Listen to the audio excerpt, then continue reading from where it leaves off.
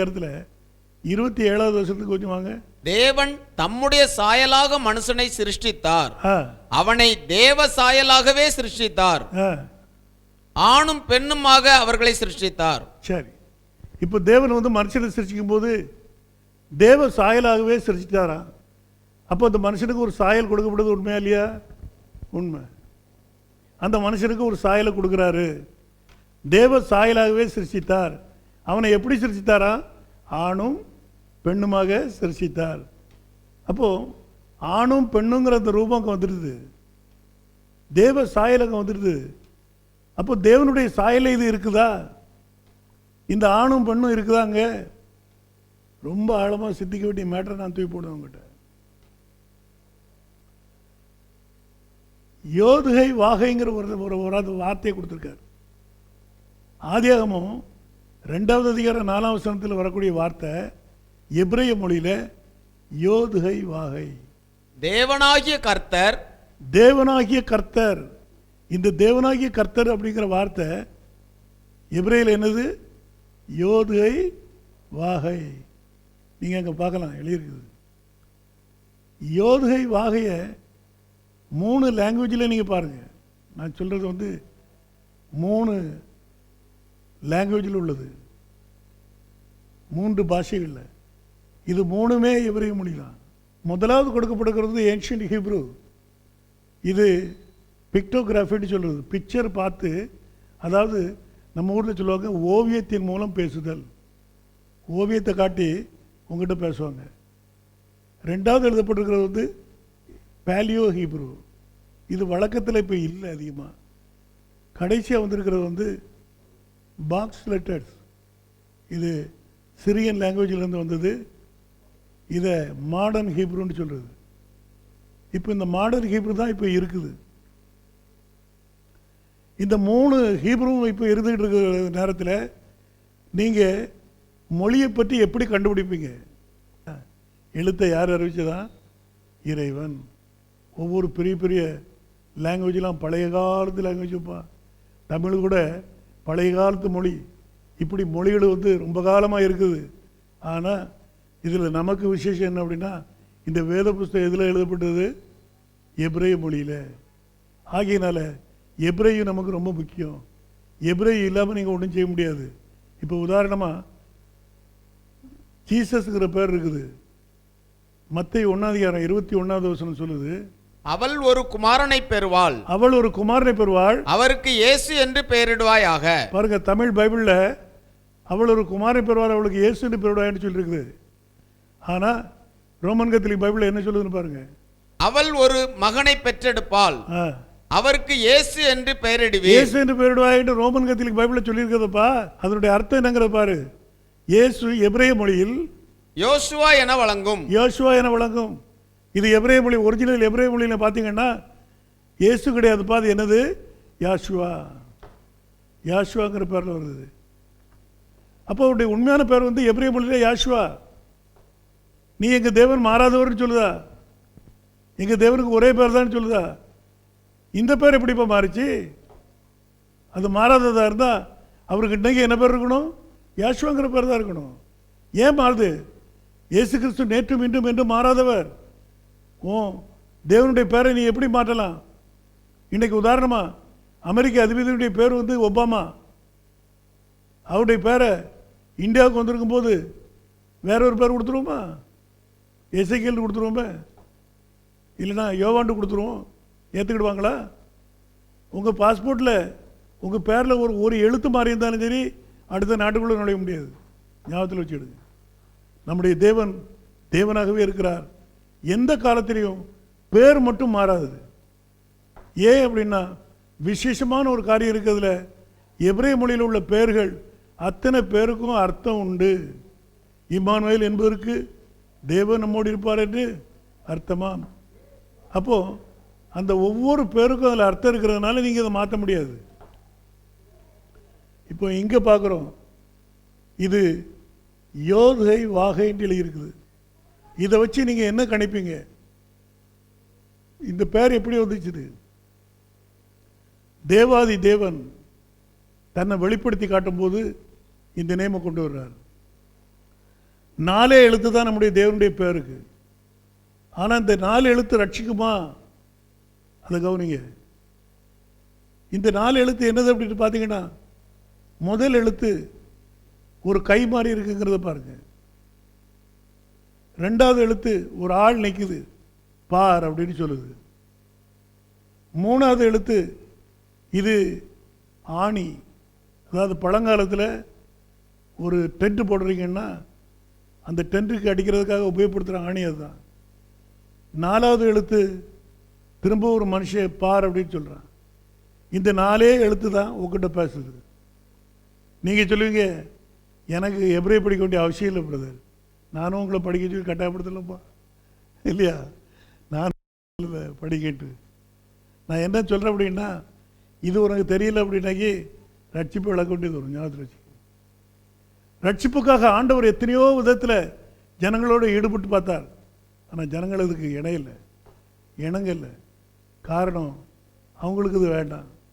இன்றைக்கி நீனும் அந்த நிலைமையில் போகக்கூடாது. ரட்சிப்பு பெற்றுக்கிறதுக்காக கொடுக்கப்பட்ட நேம் இந்த நேம். இந்த நேம் அப்படி தான் யோவேல் 2:32 சொல்லுது.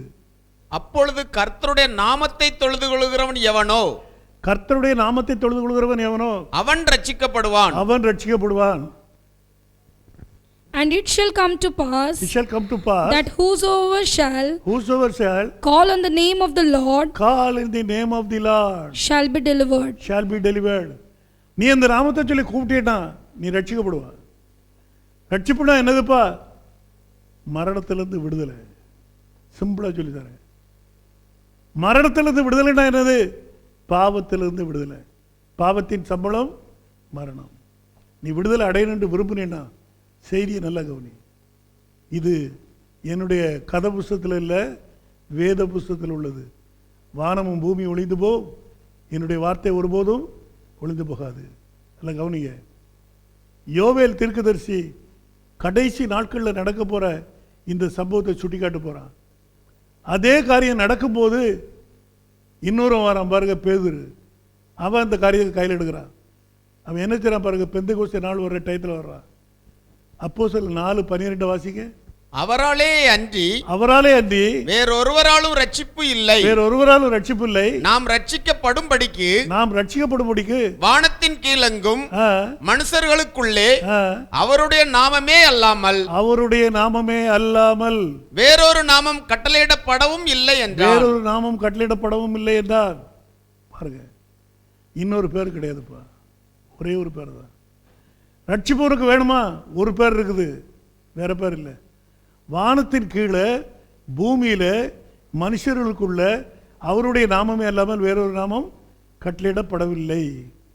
இப்போ நீங்கள் என்ன செய்ய போறீங்க? இந்த நாமத்தை சுமந்து தான் ஆகணும், இந்த நாமத்தை தேடி தான் ஆகணும்.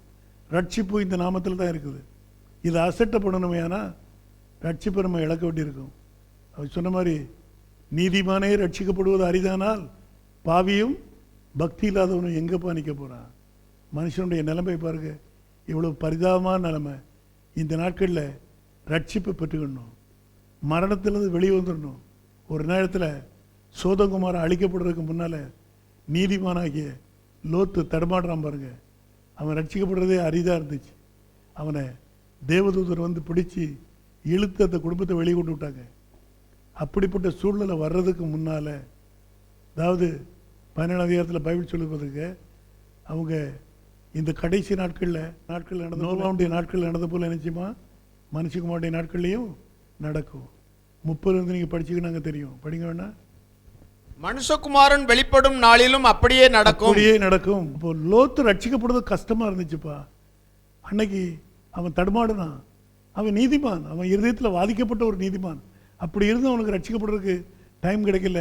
ஆனால் ஆண்டவருடைய கிருபை அவனை பாதுகாத்து தூக்கிட்டு போனார்.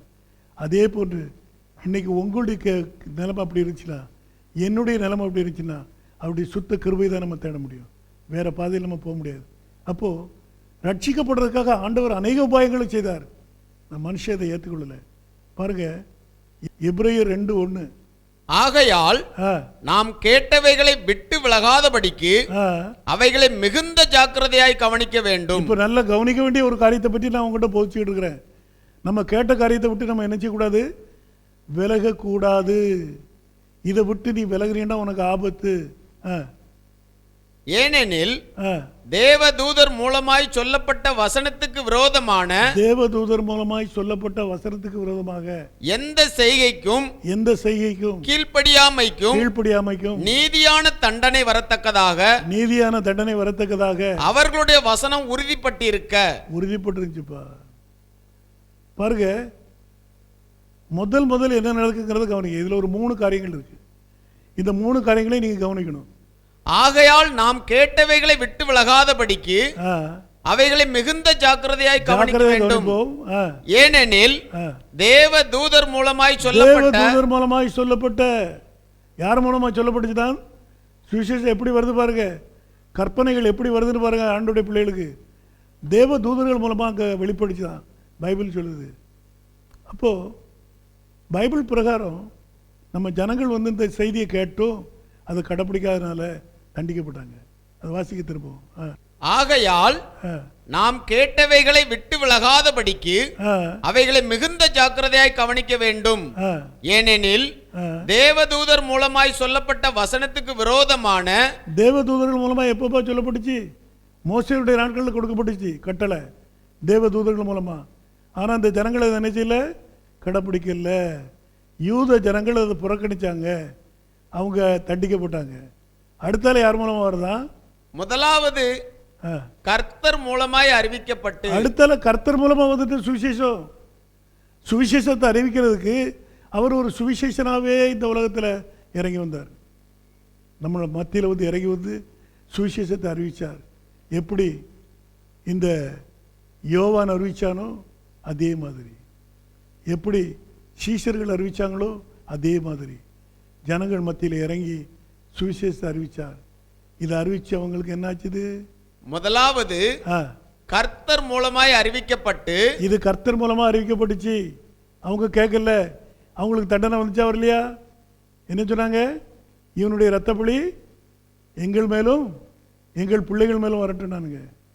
கடைசியா ஊரா சிதறடிக்கப்பட்டு தீத்து ராயனுடைய நாட்களில் கிபி 70 உலகம் முழுவதும் சிதறப்பட்டாங்க. யூதர்களுக்கு தங்கிறதுக்கு இடம் கிடையாதுப்பா. இன்னைக்கும் இந்த பம்பாயில் இந்த ஜனங்கள் இருக்கிறாங்க, யூதர்கள். அவங்களுக்கு சர்ச் உண்டு, எல்லாம் இருக்குது, சினகோக். ஆனால் ஆண்டவர் பேசுகிற அந்த சுவிசேஷமும் எடுபட்டு போச்சு, அவங்களுக்கு கேட்கல. சரி, அடுத்தால யார் வர்றா? பின்பு அவரிடத்தில் கேட்டவர்களாலே நமக்கு உறுதியாக்கப்பட்டதும். பின்பு அவரிடத்தில் கேட்டவர்களாலே யாரு? யாசோ மேசியா யாருக்கு போதிச்சாரு? சீஷர்களுக்கு போதிச்சார். யாருக்கு போதிச்சார்? சீஷர்களுக்கு போதிச்சார். இந்த சீஷர்களுக்கு போதிச்ச அந்த போதனையை சீஷர்கள் கொண்டு வந்து பிரசங்கம் பண்ணாங்க. இதை ஏற்றுக்கிட்டாங்களா அவங்க? இல்லை, அதையும் ஏற்றுக்கிடல. சீஷர்கள் மூலமா பிரசங்கம் பண்ணப்பட்டதை ஏற்றுக்கிடலையே. இன்னைக்கு அதே சீஷர்களுடைய உபதேசம் தான் அவங்க மத்தியில் பேசப்படுது. இதை ஏற்றுக்கிடுவாங்களா? ஏற்றுக்கிட மாட்டாங்க.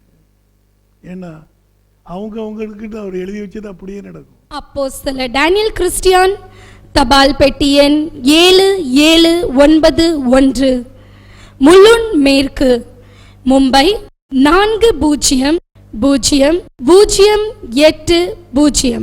கைபேசி எண் 9324544644.